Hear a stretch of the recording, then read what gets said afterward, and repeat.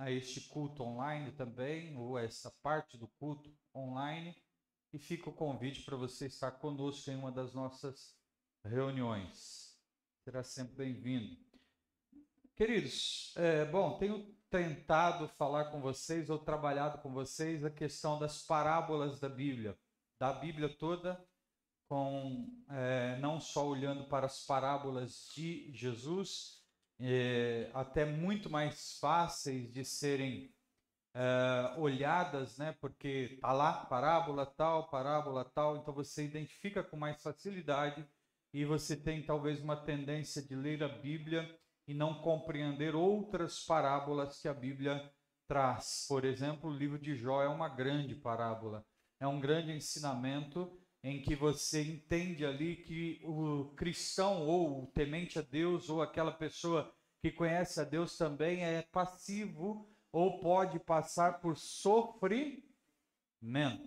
Ninguém está isento disso. Ninguém está isento de passar por um tempo difícil ou crises, seja elas quais forem, existencial, psicológica, saúde. Então, o grande erro, muitas vezes, é a gente atribuir a um Deus que a gente serve como aquele que, com a varinha de condom, resolverá todos os nossos problemas. Ontem, por exemplo, nossa geladeira lá em casa deu pane e resolveu pifar, resolveu parar. Aí, vamos orar, vamos abençoar, vamos clamar, gritar, xingar, chamar, reclamar, sei lá, invocar as entidades todas, o Senhor, vamos dar um jeito, chutei a geladeira, fiz tudo que eu podia fazer. Ela voltou a funcionar e hoje de novo parou. Aí a gente tem a tendência de achar que Deus é obrigado a nos responder algumas orações, ou pior, vamos para outros extremos, não fazemos oração alguma. Eu não sou desse tipo. Eu acredito que a gente pode levar a Deus em oração todas as nossas necessidades e logo em seguida fazer o que tem que ser feito e permitir que Ele conduza a nossa vida. Agora, a obrigatoriedade. Eu lembro muito bem uma vez que eu estava pregando com dor de dente, muita dor de dente.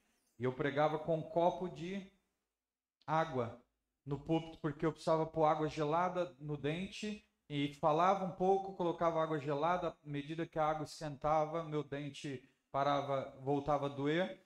E então eu lembrei que alguém me disse, pastor, vamos orar para essa cura, vamos orar para isso. Não tem orar para a cura do dente. Não tem a fada do dente. Tem que fazer o quê? Tratar. Ir aonde? Então, o que eu faço? Eu oro, peço a Deus e vou tratar. Isso não tem nenhum problema. E isso não é falta de fé. Às vezes eu vejo cristãos orando um tempo todo por algo que, na verdade, o que eles deveriam estar fazendo é trabalhando essas questões, resolvendo essas questões, agindo no poder de Deus. Porque às vezes a pessoa está lá, ora, mas não toma nenhum tipo de atitude. E não vai mudar. Enquanto eu e você não pormos o pé. Por exemplo, Moisés diante do mar. Senhor, abre o mar. Qual é a ação? Toca. Age. Elias na caverna. Ai, estou sozinho, estou isso. Qual é a ação? Coma, durma, descanse. Depois, vai resolver o que tem que resolver. Então, às vezes, nós cristãos, e hoje um dia em que o pessoal da oração está aqui, dirigindo o louvor, foi muito bonito, parabéns, mas um tema também tem a ver com essa vida. Eu dei o tema daquela banda cristã, Titãs, você tem fome de quê? Porque a gente precisa entender se estamos tendo fome ou não de Deus. A música dos Titãs é interessante porque ela é uma crítica social e faz a gente refletir, inclusive, sobre a gente quer mais do que o prazer somente de comer, a gente quer viver, a gente quer ter vida, a gente quer, porque tem gente que parece que esqueceu de que a vida se vive ou né? Muito mais além do que comida e bebida. Inclusive, o reino de Deus não é feito de comidas e nem bebidas. Mas o que é o reino de Deus? É o poder, é a graça, é a misericórdia, é o amor, é a bondade, é a fidelidade, é a manifestação do Senhor. Curiosamente, o tema dessa manhã é sobre termos experiência com Deus, é sobre vivermos experiência com Deus. Isso só é possível com uma sede exacerbada sobre Deus. Curioso, cada médico também, né, fala coisas diferentes. Eu perguntei para o médico da água, e aí ele me disse uma coisa curiosa, que eu não ouço com frequência. Ele falou: água se bebe quando tem vontade. A gente ouve diferente. Tem que beber 20 litros por dia, não sei quantos litros por dia. Ele falou: água se bebe quando tem vontade. Porque como o rim está em falência, a questão é sempre: posso continuar tomando água, doutor? Normalmente, água se bebe, disse ele, quando se tem vontade. Eu sei que há divergência até no mundo acadêmico de medicina, está todo mundo brigando, ninguém sabe nada, parece. E a gente chega lá com o Google da vida, formado pelo Google, informado, formado, já chega com PhD em tudo, né? O médico fica bravo até, mas as orientações são as dele por enquanto, ele é quem está acompanhando. Então, você tem sede e fome de Deus? Essa é a pergunta desta manhã. Faça uma reflexão aí, pessoal. Você tem sede, fome de Deus? Sim ou não? Mais ou menos? Um pouquinho, talvez um pouco mais que outro? Não sei. Você tem fome de quê? Gostei da imagem. A Yasmin sempre fala: o que eu coloco de imagem? Ficou bom. Gostei disso aí. Então eu queria usar o texto de Eclesiastes 5. Para falar de Eclesiastes 5, eu vou ler primeiro, depois eu falo. Eclesiastes 5, verso 18. Diz assim: eis o que observo, ser uma coisa boa, comer, beber, desfrutar o resultado de todo o esforço que se faz debaixo durante os poucos dias de vida que Deus lhe dá. É algo agradável ao homem, pois esta é a porção que lhe cabe. Verso 20. Eu li, verso 19 eu não li, né? Além do mais, quando Deus concede riquezas e bens a alguém e o capacita a desfrutá-los, a aceitar a sua porção e a ser feliz no seu trabalho, o que isto é? O que isto é?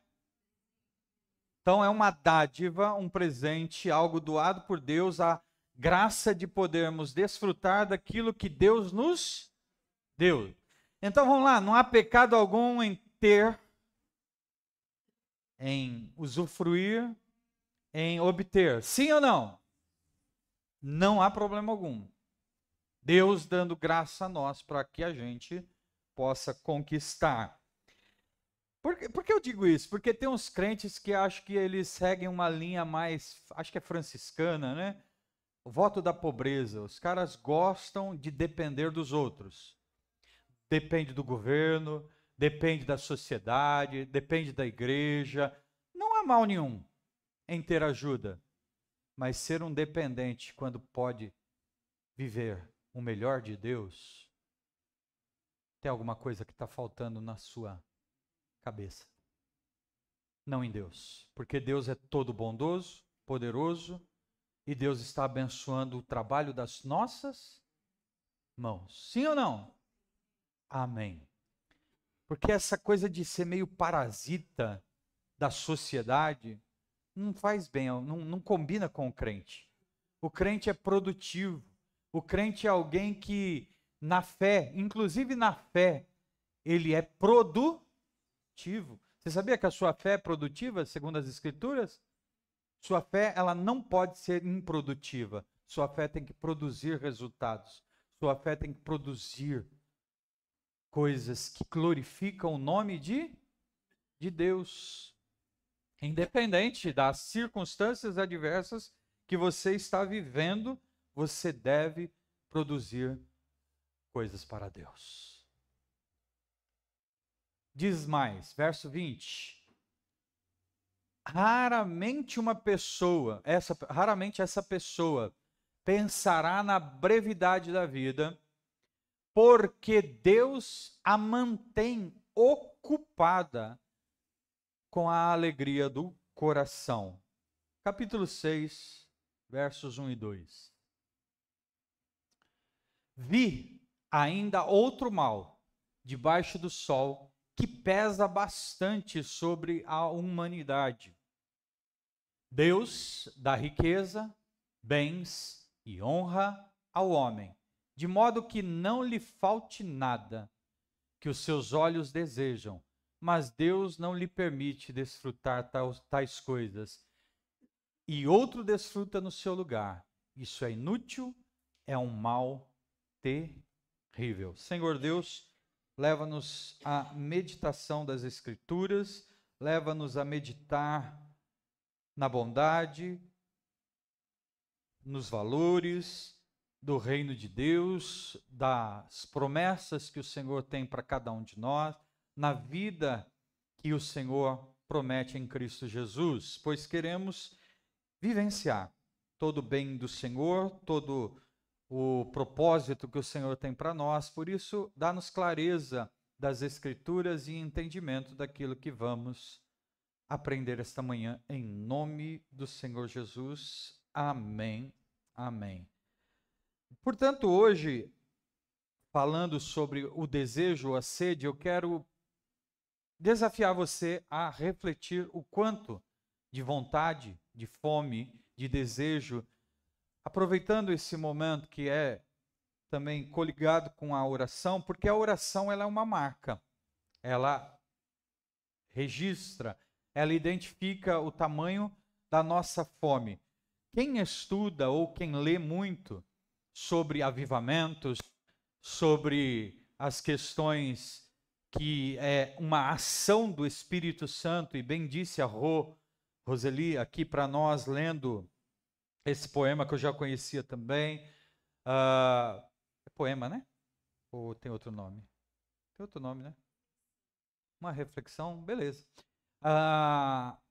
Sobre a morte da reunião de oração, não existe na história, nem biblicamente falando, no Antigo e Novo Testamento, não existe movimentos que não tenha perpassado ou que não venha a ser oriundo da vida de oração. Tudo começa com a oração. A oração é um termômetro, ela reflete. Quando uma igreja se predispõe a orar, não é que Deus muda a sua lógica de ser Deus, seu raciocínio, mas a igreja passa a viver experiências inequívocas e inigualáveis da graça, do poder, da bondade de Deus sobre ela, porque ela torna-se cada vez mais sensível à voz daquele a quem ela comunica, conversa, dialoga, tem intimidade, tem relacionamento. E quando esta igreja faz isto em conjunto, e digo como reuniões de oração, jejuns, momentos em que a igreja se separa para tais coisas, ela vive isso também no coletivo, passa a viver um avivamento dentro dela. Então, por isso, nosso clamor é que a igreja amadureça, cresça, tenha experiências com Deus, que em nome de Jesus, eu e você compartilhe experiências daquilo que Deus está fazendo entre nós.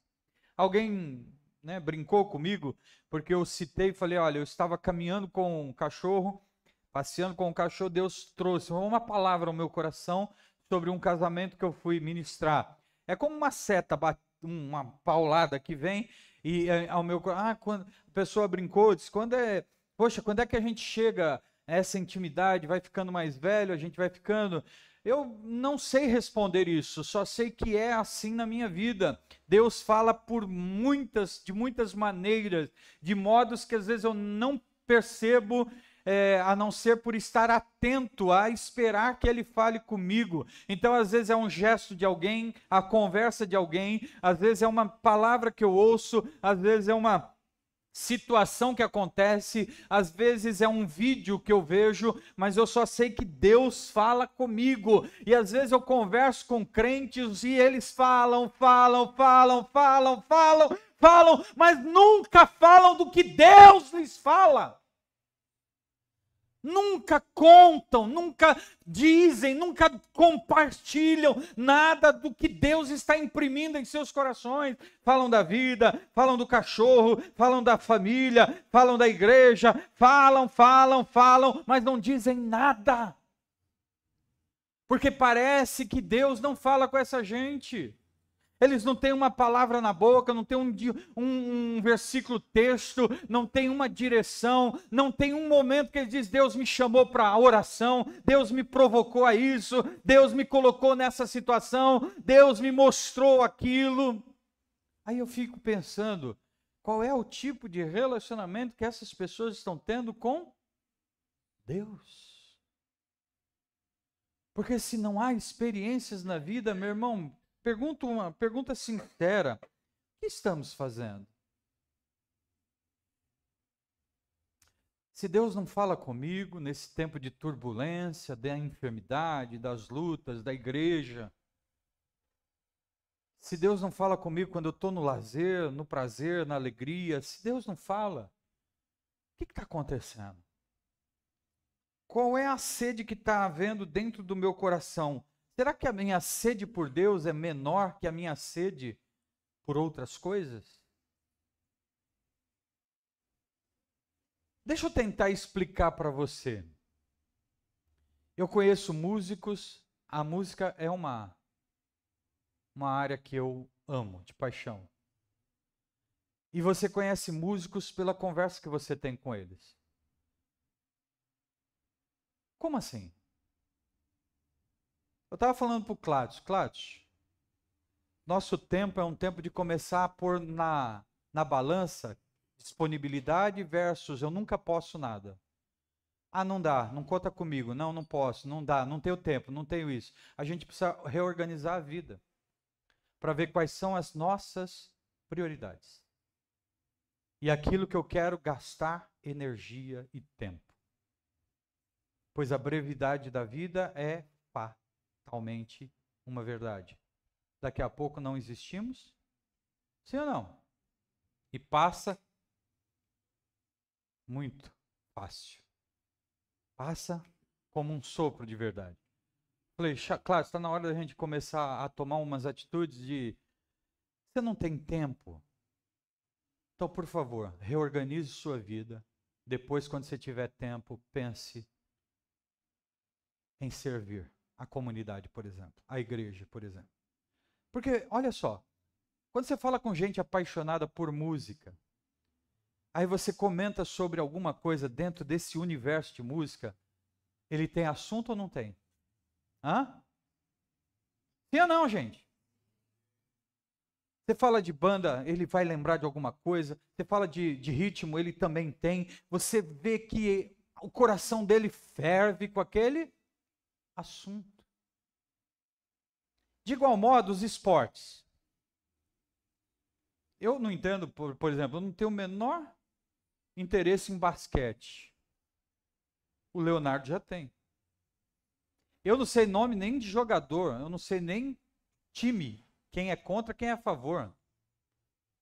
Ele sabe. Aí ele reúne os amigos para assistir basquete. Eu não perco meu tempo.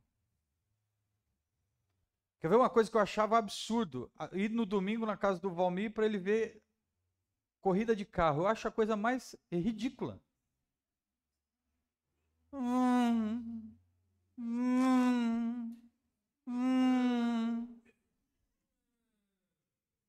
Mas o Valmir falava de um jeito, conhecia o nome da marca que está patrocinando, não sei o quê. Por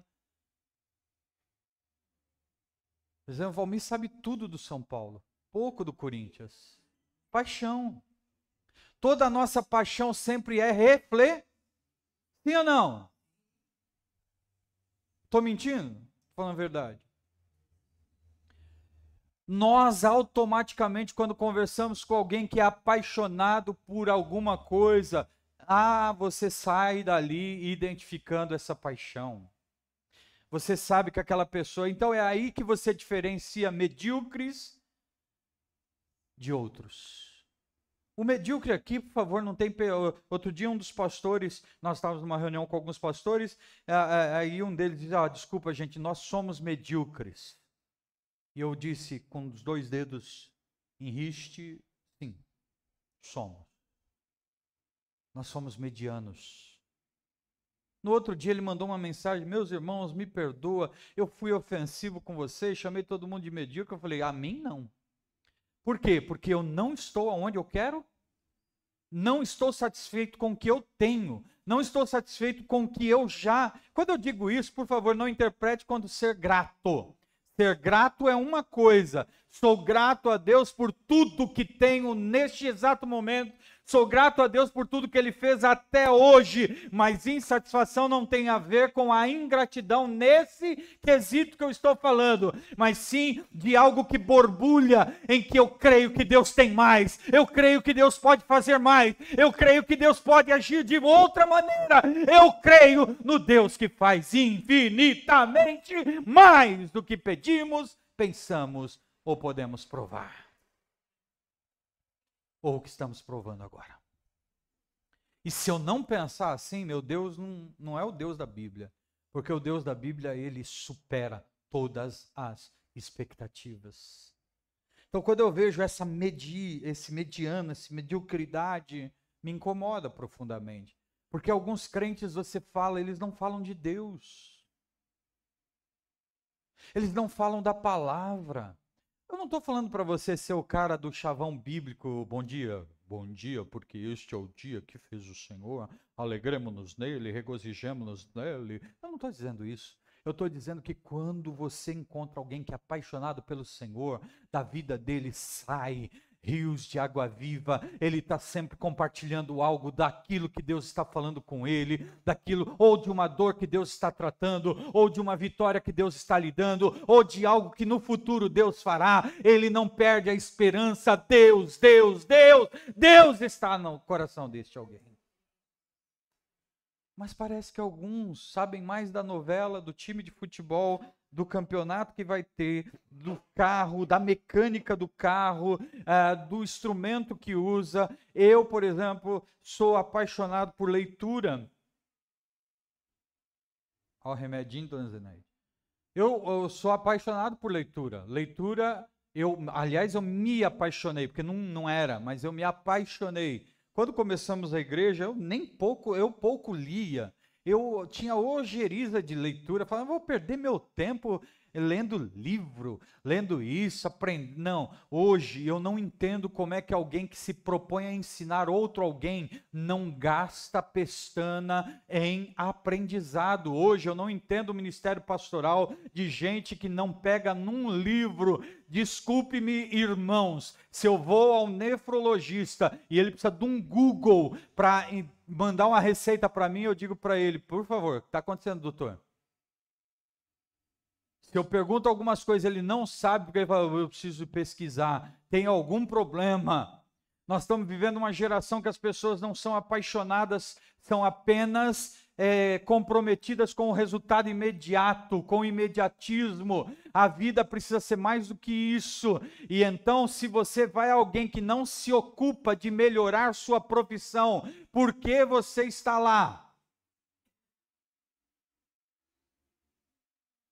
Aí eu penso na igreja, como é que eu, quando sendo pastor, não vou me preocupar em ser melhor, em crescer, em ampliar, em aumentar meu conteúdo de informação, Só que eu não posso ficar refém disso como aquilo que é o meu Deus. Por exemplo, esses 2 meses atrás, eu adquiri mais 6 novos livros. Estou aguardando 3 chegarem, 3 já estão em casa.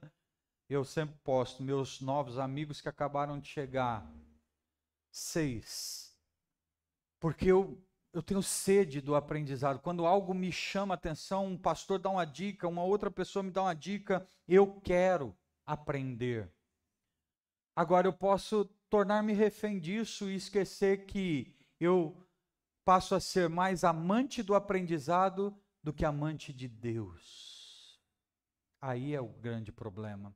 Mandei para o Filipinho, um pastor, chama R.T. Kendall.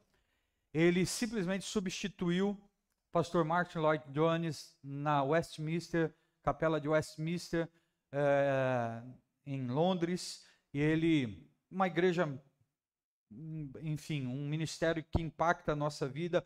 Martin Lloyd Jones é au concurso, falar dele é incrível, os livros, a maneira. E esse pastor, só que falaram para ele qual o conselho que você dá para um pastor jovem, para alguém que está começando. Ele fala assim, gaste tempo na leitura e na oração. Leitura da Bíblia e na oração. Esqueça o seminário, esqueça isso, esqueça aquilo, porque o que vale a pena é essa paixão por Deus. Por quê? Porque hoje temos gente apaixonada por leitura de livro, por diálogo de doutrinas. Temos uma porção de jovens hoje apaixonados por calvinismo, arminianismo, pentecostalismo, mas pouco conhece Deus de qualquer coisa nesse sentido. Não tem intimidade com o Senhor, nunca teve uma experiência impactante de oração, de vida com Deus, de comunhão, de ler um texto e ver Deus bradar em seu coração, de nunca orar por uma pessoa e ter aquilo que Deus dá na hora, uma revelação, uma direção. Nunca tem experiências com Deus, porque a sua paixão não é Deus, é a leitura, é o conhecimento, é a cachola cheia de coisa. Mas eu estou falando com vocês hoje, que Deus está nos dizendo, tudo isso que Ele dá é bom, mas de nada vale se você não viver na presença dEle. Dinheiro, recursos, bens, é o que nós lemos. Primeiro, todas essas coisas são de Deus. Veja o que o autor fala. Veja a parábola que nós lemos hoje, ou a comparação que ele está fazendo. Nós, quando temos essas coisas, podemos dizer, tivemos uma dádiva de Deus. Mas quem tem tudo isso, esquece de uma coisa. Porque ele está tão envolvido com aquilo que é dádiva de Deus, e esquece que a vida é breve. E que a coisa mais importante não é ficar só embevecido, ou embebecido, ou bêbado de tanta coisa que Deus tem dado. Mas é estar totalmente cheio da presença dEle sobre nós. Porque às vezes eu olho, meu irmão, como Deus me deu tanta sabedoria em tantas coisas. Como Deus hoje me deu recursos que eu não tinha. Como Deus me deu uma família tão maravilhosa. Como Deus me deu uma igreja maravilhosa. Mas às vezes a gente está tão empolgado com essas coisas.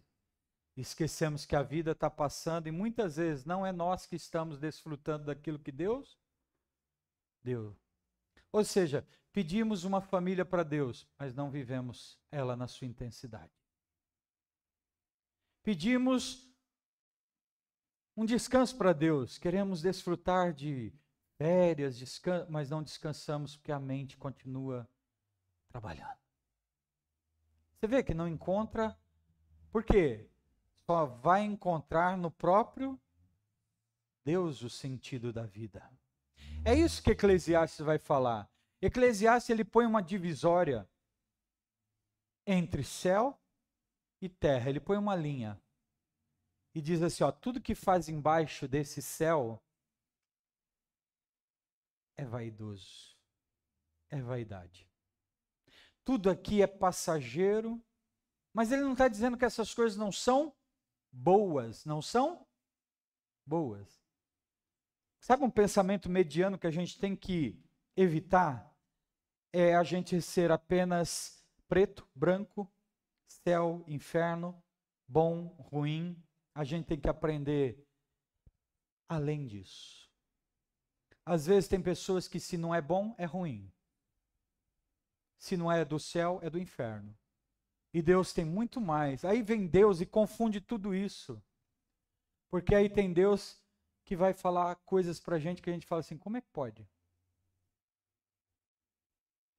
É porque Deus sabe que eu e você precisamos viver além do simples, de bom ou ruim, mas viver o seu melhor em todo o tempo. E o melhor não está em outro lugar, senão nele. Vivendo nele, todas as outras coisas fazem sentido. Se eu vivo nele, para a glória dele, para a honra dele. E quando eu digo isso, eu não estou falando de ser beata igreja, embora para mim isso é importante. Congregar, estar junto, como bem disse o Wagner, aqui a Roseli também. Abraçar, ser abraçado, mas eu não estou dizendo disso. Eu estou dizendo que às vezes a gente ama muito a reunião, mas pouco paixão pelo próprio Deus. Às vezes a gente ama a igreja no sentido de físico e esquece de amar a Deus em todo lugar e a todas as pessoas que a gente encontrar pelo caminho, revelando o amor de Deus a elas. Às vezes a gente se preocupa tanto com o estético e esquece de entregar-se totalmente a Deus. Quando eu leio esse texto que eu li, e quando eu quero trazer essa parábola para vocês aqui, é perguntar de novo: você tem tido sede de Deus? Se Deus tem sido a sua fonte de sede, comece a comparar as coisas na sua vida que importam mais. Digo de novo: minha família é extremamente importante, mas mais importante que ela é o meu relacionamento com Deus. A base de tudo é meu relacionamento com Deus. Se eu estiver bem em Deus, estarei bem para cuidar delas. Se eu estiver bem com o Senhor, eu estarei bem para resolver outras coisas. De novo, voltando a falar só na geladeira, para tentar dar para vocês a ideia do que eu estou falando. A geladeira quebrou, eu não vou orar? Vou orar. Deus, abençoa. Quem sabe volte a funcionar. Amém. Mas eu vou sair e viver a minha vida com Deus, porque não é a resposta da geladeira que me faz ter comunhão com Deus, mas é porque eu tenho comunhão com Deus, até a possibilidade de uma geladeira se consertar existirá. Você entende como é que eu estou fazendo a mudança aqui? É como George Miller encontra alguém afiando sua pena de escrever. Eu já citei tantas vezes isso aqui. Ele afia sua pena de escrever, e aí alguém, o George Miller olhando para ele, disse: você ora para afiar sua pena? Ele disse: orar? Não tem por que orar, é um ato simples de afiar a pena, eu não preciso orar. Para que orar? Ele falou: pois eu oro, e quando eu oro, portanto, eu afino melhor a minha pena. O que ele está dizendo, ou qual é a ideia disso, é que tudo que eu faço em Deus, eu faço melhor. Não é que aquilo talvez tenha, vai ser o melhor de tudo, mas para mim, estou em comunhão com Deus, tudo que eu faço em Deus tem sentido, valor e valorização, porque perpassa pela presença dEle, abençoando a minha mão, as minhas mãos e a minha vida. Quase não sai, né, Rose? É Ele abençoando o que eu estou fazendo. Por isso eu pego um instrumento, amo tocar, eu digo: Senhor, eu amo toque e tocar, mas além de amar tocar, eu quero tocar para a graça, glória, honra, louvor do seu nome. Eu amo pregar, mas toda vez que eu estiver pregando, falando, anunciando, eu quero ter a graça de não reconhecido pela minha retórica, mas pela graça do Senhor que me envolve. Fiz um casamento e algumas pessoas depois me abraçaram. Olha que palavra, muito obrigado. Olha, fez sentido. É porque eu tenho falado com Deus. Deus, onde eu estiver e qual oportunidade que eu tiver de falar, não seja a minha retórica, seja a tua, para abençoar pessoas, para alcançar. Às vezes eu me encontro como pregador. Senhor, quem creu na nossa? Olha só, ele não diz minha, na nossa pregação. Quem creu? Porque o intuito dele quando fala é que haja alcance de vidas. Por isso, eu quero encerrar com vocês aqui pensando, mais uma vez, você tem sede de Deus? A sua sede é por Deus? Ou é por conhecer Deus? Sabe aquela coisa de eu amo te amar? Eu acho ridículo isso. Você chegar passando, eu amo te amar. Eu não amo ela. Eu amo o jeito que eu amo ela. Eu amo a maneira como eu a amo. E às vezes tem alguns com Deus que é a mesma coisa. Senhor, eu amo te servir. Aí a pessoa está pensando que engana Deus. Deus olha assim, ama mesmo. Ama você, não a mim. Porque se fosse servir a mim do jeito que é para servir, não seria tão amor assim. Porque eu amo servir a Deus desde que eu dê o teu. Ouviu, Clássico? Se eu tiver tempo, eu amo servir a Deus. Eu amo servir a Deus, conta comigo. Mas conta comigo se eu tiver tempo. Tá bom, Clássico? Ó, conta comigo se eu puder, viu, Cladson? Não ama, não ama, não ama. Você ama você. Porque quando a gente ama, o amor, ele é entregue. Total. Ele é doador. O Senhor não disse, se eu amo o mundo, talvez eu vou me entregar a ele. A Bíblia diz, Deus amou o mundo, que toma uma ação. A ação é Deus, seu único Filho, unigênito, para que todo que nele não pereça, mas tenha vida. E o Filho diz, eu não só entendo que o Pai ama vocês, mas eu também amo. E porque eu amo, eu me entrego.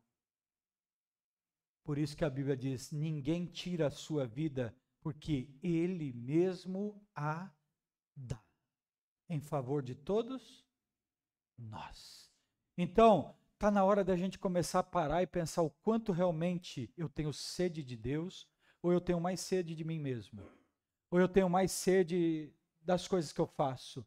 Ou eu tenho mais sede de outras coisas. Mas quando eu tenho sede de Deus, fome de Deus, eu tenho sede e fome das coisas de Deus. Tudo que eu faço é para estar mais perto dEle, mais próximo dEle, próximo de Deus sobre a minha vida. Porque não dá para separar. Quando Jesus diz assim, ó, quem vê a mim vê, ó, não dá para separar. Não dá para dividir. É a mesma coisa, quando dizem para alguém, mas é um cristão, não dá para separar um cristão no trabalho, um cristão na empresa, na Globo, um cristão, não, aqui eu não sou o pastor, o não sei o quê, aqui eu sou o fulano de tal. Como assim? Você é o que você é em todo lugar que você vai. Você é um cristão. Você é alguém que foi alcançado, lavado e remido pelo sangue do Cordeiro de Deus. Você não é crente só na igreja. Se você só é crente na igreja, alguma coisa está muito de errado em você. Você é cristão em todo lugar que você está, porque é maior do que você. É o poder de Deus derramado em você. Faz sentido isso para você, meu irmão? Para mim faz todo sentido. Quando eu entendo que a minha sede é por Ele, eu não vou ler sermão para pregar. Eu vou ler sermão para ser cheio do Espírito Santo.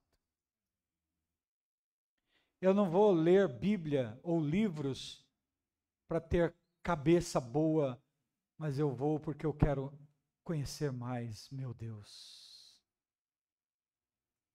Compreender mais sua mente. Compreender mais os seus interesses, sua vontade, seu querer. Não para dar showzinho de inteligência, que é limitada, mas para poder estar perto daquele, eu quero te conhecer mais. Eu quero andar mais contigo. E tudo que ele me dá não pode tomar o lugar dele. Todas as bênçãos e dádivas que ele me dá não pode tomar o lugar dele. Eu vou encerrar com uma palavra que uma vez eu ouvi de um pastor, foi pregar numa grande igreja, uma grande igreja. E ele olhava aquela igreja assim, ele via perfeição em todos os detalhes. Tudo estava no lugar. Tudo era milimetricamente organizado. O corpo de obreiros magnífico. O louvor impecável. A estrutura da igreja, acústica, tudo da melhor qualidade.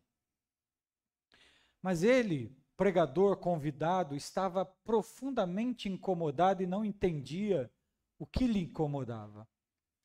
E antecedendo a sua pregação, ele ficava dizendo: Deus, por que eu estou incomodado? Qual é o problema? Onde está o problema? Deus, onde está o problema? Por que eu estou com esse sentimento tão ruim dentro de um lugar tão maravilhoso? E o Espírito Santo visitou naquele momento. E ao visitá-lo, disse a ele assim: sabe qual é o problema aqui? É que eu enchi este lugar de presentes. Eu lhes dei do bom e do melhor. Eu lhes abençoei com tudo que eles podem querer. O melhor som, as melhores pessoas, as melhores equipes. Mas eles ficaram tão empolgados com tudo que eu lhes dei. Eles ficaram tão emocionados com tudo que eu lhes dei, que eles me puseram para o lado de fora. E eu estou do lado de fora, querendo entrar, mas não posso. Porque eles estão tão empolgados. Então deixa eu dizer uma coisa para você. Um outro pastor que me veio à memória, mostrava a sua igreja a um obreiro. Olha aqui as salas. Olha aqui, nós temos essa estrutura. Olha aquela outra, temos essa equipe de trabalho. Olha ali, ó, temos aqui, temos ali. E o pastor fez uma pergunta só para ele. Nisso tudo, a vida? Quando o pastor fez essa pergunta, ele... Porque não havia. Às vezes a gente se empolga com tudo que Deus está dando a nós. E que bom que Ele nos dá. Eu quero muito mais. Quem quer muito mais? Não fosse por isso, não estaríamos trabalhando. Mas a gente precisa, muitas vezes, dizer como disse Moisés: se o Senhor não for comigo,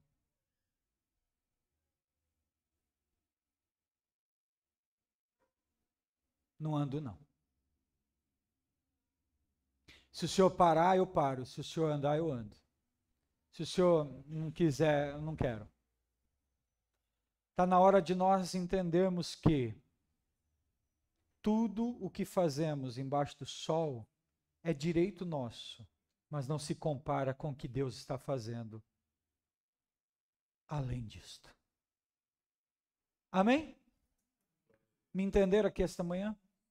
Portanto, uma avaliação fria e calculista para você ir para casa meditando. Você tem sede e fome de quê?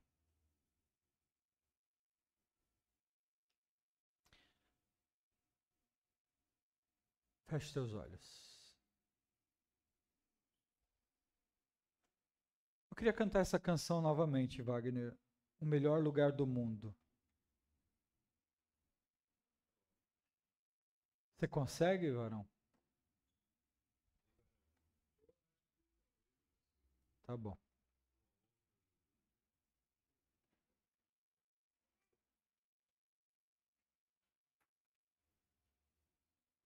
Você que esteve conosco na live, Deus abençoe.